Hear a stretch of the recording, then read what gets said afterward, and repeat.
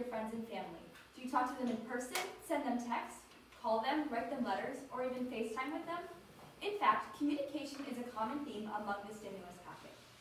Margaret Thatcher, in speech to the United Nations General Assembly, calls for an international convention for climate change, at which countries will negotiate with each other and converse with each other to negotiate regulating gas emissions.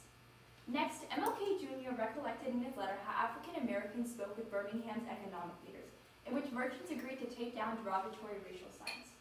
Furthermore, social media and the movement of ideas define social media as the use of web-based and mobile technologies to turn communication into an interactive dialogue. Social media, in addition to communication, can be used for sharing content, communication, and entertainment. The first social media site was created in 1997, and social media networks have grown in popularity for many age groups ever since. So show me a raise of hands. How many of you in this room watch YouTube? Use Snapchat? Instagram? As we see here, social media networks play an important role in teenagers' lives. In fact, 76% of American teens use social media networks, and 70% check social media networks multiple times a day. This increased usage has prompted researchers to investigate the effects of social media on teens. Because teens undergo key stages of growth between ages 12 and 19, social media has implications for several aspects of their lives. Although social media has some beneficial aspects, teens are mostly negatively affected by their use of social media. First, let's start with the mental effects of social media. Heavy social media use can cause teens to feel depressed. By analyzing 10,904 14-year-olds from the UK Millennium Cohort Study, researchers found a link between the amount of time spent on social media and depressive symptoms, such as poor sleep, low self-esteem, and poor body image.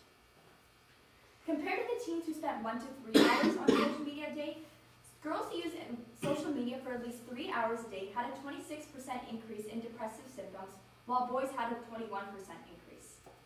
This study with a large sample size proves how too much time spent on social media can significantly decrease teens' happiness and confidence, especially as it interrupts basic activities like sleeping. However, the researchers did not control for teens' emotional investment in social media, which could have affected their results. So how does social media affect teens' academic endeavors? Well, social media can hinder admission into college. A New York Times article discusses how a student was not admitted into Pitzer College due to posting inappropriate Facebook comments. Angel B. Perez, dean at Pitzer, states that the student was not the kind of person that they wanted in their environment. Although this anecdote is specific to one student, Kaplan reports that posts on social media regularly impact many applicants' chances of admission. By polling 381 admission officers, researchers found that 31% of these officers had visited an applicant's social media page in 2013.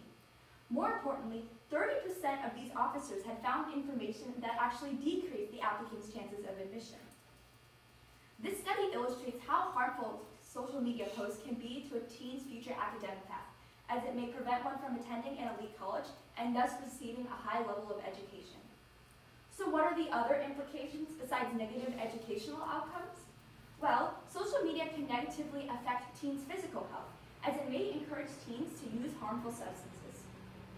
In a survey published in 2012 by Columbia, researchers interviewed 1,003 randomly chosen teenagers, finding that 45% of them had viewed pictures on social media of teens drinking, blacked out, or using drugs.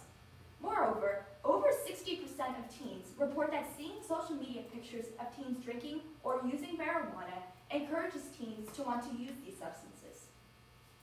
In fact, compared to adolescents who had not seen these images, they were about 4 times more likely to have used marijuana and 3 times more likely to have drank alcohol or used tobacco.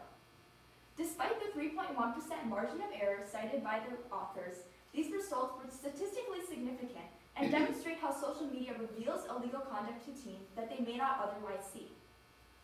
Moreover, a 2019 Addiction Center article reviewed by a certified medical professional discusses the consequences of substance abuse on teens' physical health, as it impedes on neurotransmitters in the brain.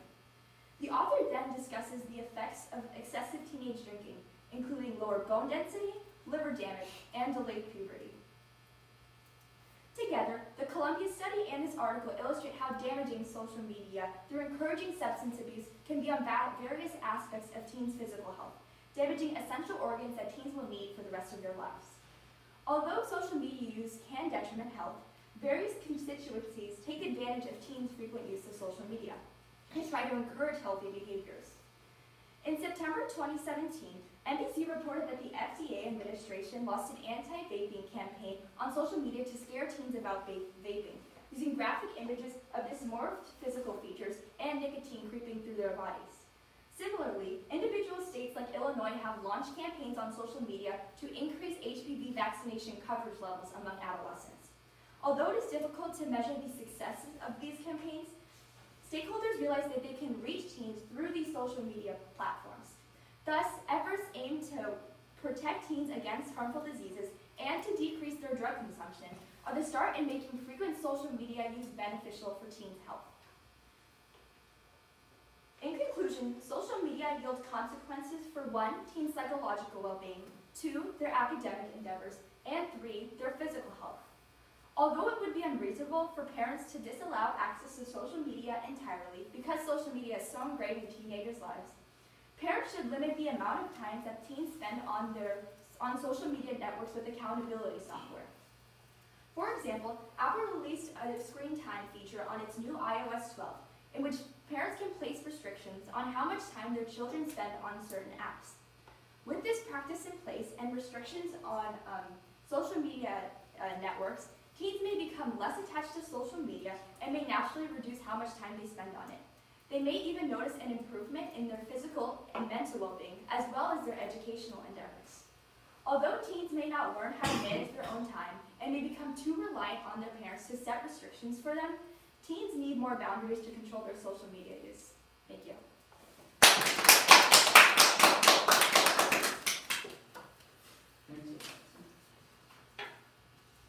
So across your 3 different perspectives, how did you handle them in order to reach your conclusion? So in my research paper, I wrote about the mental, academic, and physical consequences of teens that use social media.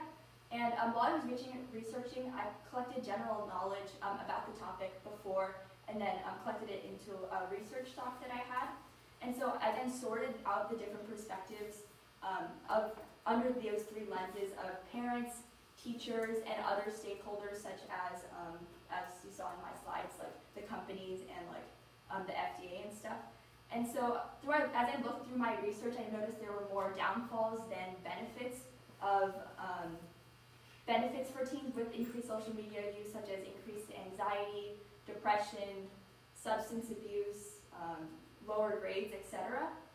And then through analyzing basically these perspectives, I knew that my solution would be to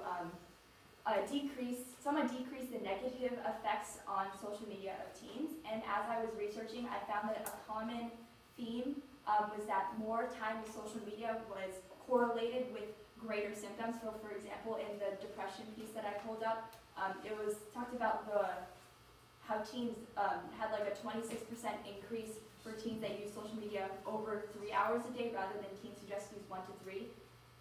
And so I knew that this was probably the way to go because, social media is so ingrained in teens' lives, and it's very difficult for them to kind of pull away from it, that they can at least decrease some of these, or how much they use social media to decrease these negative effects that I found. And what additional questions emerged from your research? So I thought that, while I was researching my project, I found that I kind of focused on the implications of social media for one age group, so for teenagers. However, after research, because I found that teenagers are the highest users of social media, and so I didn't really want to. I kind of focused on teens, the different aspects, their academic, their physical, and mental effects, because I wanted to focus in on one age group and kind of, focus on that age group and the perspectives in there.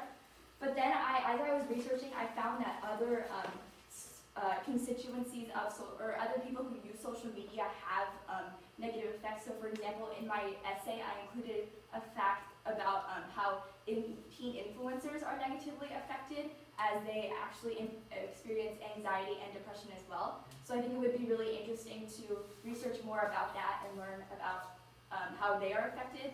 And then also, I kind of want to focus on the implications of maybe other age groups. So if, compare whether these effects are similar across all age groups. And so I found that these questions were important because it would be important to understand how social media affects different people, and maybe it would be beneficial for whether it's parents or other stakeholders or teachers, something like that, to figure out why social media is causing this and how we can reduce these negative effects in teens. Very nice, thank you.